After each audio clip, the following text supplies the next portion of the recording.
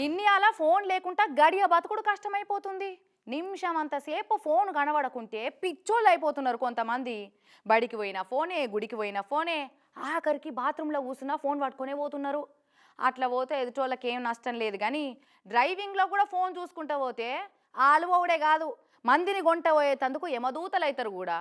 గసొంటి driving చేసిన ఒక ఆయనను పోలీసు వాళ్ళు ఏం చేసారో చూడుర్రి. బండి డ్రైవింగ్ చేస్తున్నప్పుడు చేతులు హ్యాండిల్ మీద ఉండాలి, కళ్ళు రోడ్డు ముంగడ చూస్తుండాలి. అంతేగాని బండిని ఓనిచ్చుకుంటా ఫోన్ ముంగడ పెట్టుకొని ఐపీఎల్ మ్యాచ్లు, ఓటీటీలలో వెబ్ సిరీస్లు చూసుకుంటా పోతే ఎంత డేంజర్ ఉంటుంది ఏం కథ.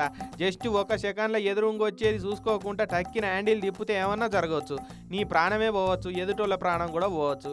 ఇవన్నీ తెలిసినా కూడా కొందరు డ్రైవింగ్ చేసుకుంటే హ్యాండిల్ కాడ ఫోన్ పెట్టుకొని విమానంలో కూర్చున్నట్టు మంచిగా చెవులకు హెడ్ ఫోన్లు తలిగించి మ్యాచ్లు, సినిమాలు చూసుకుంటా పోతున్నారు. ఇగో గీన లెక్క బెంగళూరు శివాజీనగర్లో కూడా గిట్లనే ఇగో ఎలక్ట్రిక్ బండి మీద పోకుండా ఐపీఎల్ మ్యాచ్ను చూస్తున్న ఈ క్రికెట్ డెడికేటర్ను అడ్డంగా దొరకబట్టిరు పోలీసు వాళ్ళు. నువ్వు డ్రైవింగ్లో మ్యాచ్ చూడకుంటే మ్యాచ్కి వచ్చే నష్టం ఏం లేదు తమ్మి, టీం వాళ్ళు రన్నులు ఆగిపోయేదేం లేదు. నువ్వు పోయి ఎవరికన్నా గుద్దినా, వేరేటోడు వచ్చి నిన్ను గుద్దినా నీ ఇంటి దీపమే ఆరిపోతుంది. నిన్ను నమ్ముకున్న వాళ్ళు ఆగమవుతారు. కొద్దిగా సోయిన పనేనా ఇది?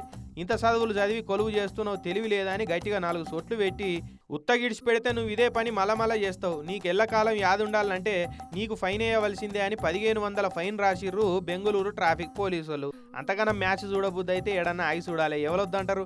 డ్రైవింగ్లో మల్టీ టాస్కింగ్లు చేసేందుకు మనుషులు ఇంకా రోబోల లెక్క మారలేదన్న యాదించుకోవాలి తమ్మి, అన్న, బ్రో, బ్రదర్సు అని అంటున్నారు ఇక ఈ సంగతి చూసిన నెటిజన్లు.